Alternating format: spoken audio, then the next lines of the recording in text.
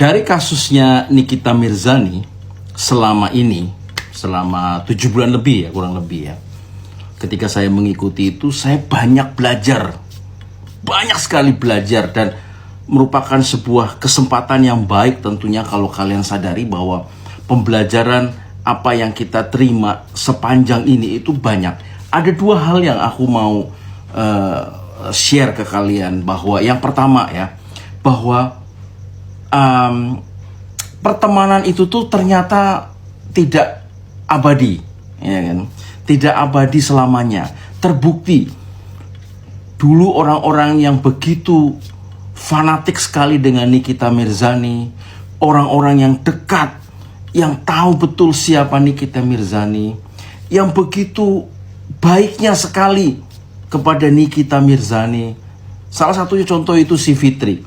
Bagaimana dia tidak baiknya. Jejak digital itu kan tidak bisa dibohongin gitu loh. Bagaimana dia begitu akrabnya gitu loh.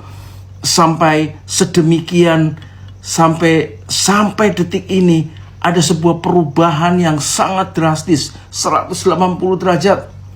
Bagaimana dia itu memaki sekarang, menyudutkan, memberikan statement-statement yang menyesatkan, statement-statement yang mengadu domba, statement-statement yang memfitnah, gitu kan. Dan gue gak ngerti gitu loh, pertemanan seperti apa yang dulu waktu si Fitri ini lakukan bersama dengan Nikita, ini semakin jelas. Apakah tujuan dari persahabatan itu bersama dengan Nikita itu dulu pertama-tamanya itu gimana? Apakah persahabatan yang dulu mereka lakukan itu adalah persahabatan yang memiliki maksud-maksud tertentu berhubungan dengan bisnis, ataukah persahabatan yang dilakukan oleh Fitri itu apakah merupakan punya tujuan sesuatu atau menginginkan sesuatu dari pihak Nikita? Oh, kita nggak tahu. Yang tahu ya si Fitri sendiri gitu kan. Dan masih banyak lagi orang-orang yang di belakang ini yang semakin ngoceh-ngoceh banyak gitu kan ya.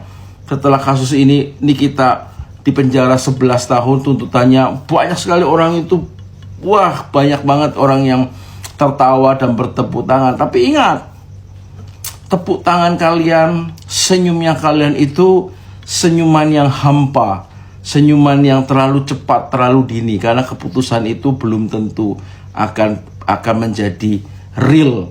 Ya, karena kita masih ada beberapa sidang gitu, ada pledoi, ada replik dan segala macam, dan akhirnya sampai menuju ke keputusan. Dan saya sampai detik ini masih yakin gitu loh bahwa ini kita tidak bersalah. Dan yang kedua, tadi yang pertama itu pertemanan, saya belajar banyak.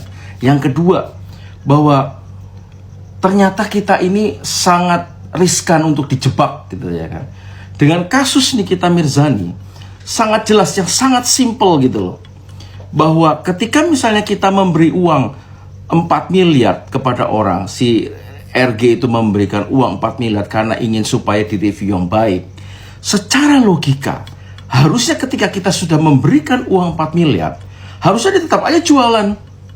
Logika bisnis loh. Kalau saya seorang pembisnis, ketika saya memberikan uang untuk supaya saya punya produk meningkat, saya tidak mungkin mencabut atau menonaktifkan atau menarik dari pasaran produk itu. Loh, untuk apa saya memberikan uang segitu banyak 4 miliar kepada Nikita supaya mereview yang baik, tetapi produk itu diambil dari peredaran pasar gitu loh. Ini kan hal yang aneh menurut gua gitu loh kan, nggak masuk akal gitu loh. Jadi teman-teman semua, kita tuh kalau hidup itu mesti harus berhati-hati gitu loh. Kita mesti harus tahu siapa lawan dan siapa teman. Dan memang betul, pertemanan itu tuh memang kita tuh ditentukan oleh waktu, dan sekarang waktu sudah menjawab. Dan saya yakin Nikita tahu siapa sekarang temannya dan siapa lawannya. Di saat-saat genting seperti ini, di saat-saat kita di bawah, pada saat Nikita sekarang ada di benar-benar dalam keadaan tingkat 0, semuanya terbuka. Siapa yang lawan dan siapa yang menjadi teman. Dan itulah kehidupan yang kita alami sekarang ini guys. Jadi sekali lagi guys, dalam menjalani hidup ini kita itu mesti harus smart. Jangan terlalu bodoh, jangan terlalu percaya, Jangan gampang sekali percaya gitu. Karena apa? Kadang-kadang apa yang kita percaya itu tidak akan bersifat abadi, gitu ya.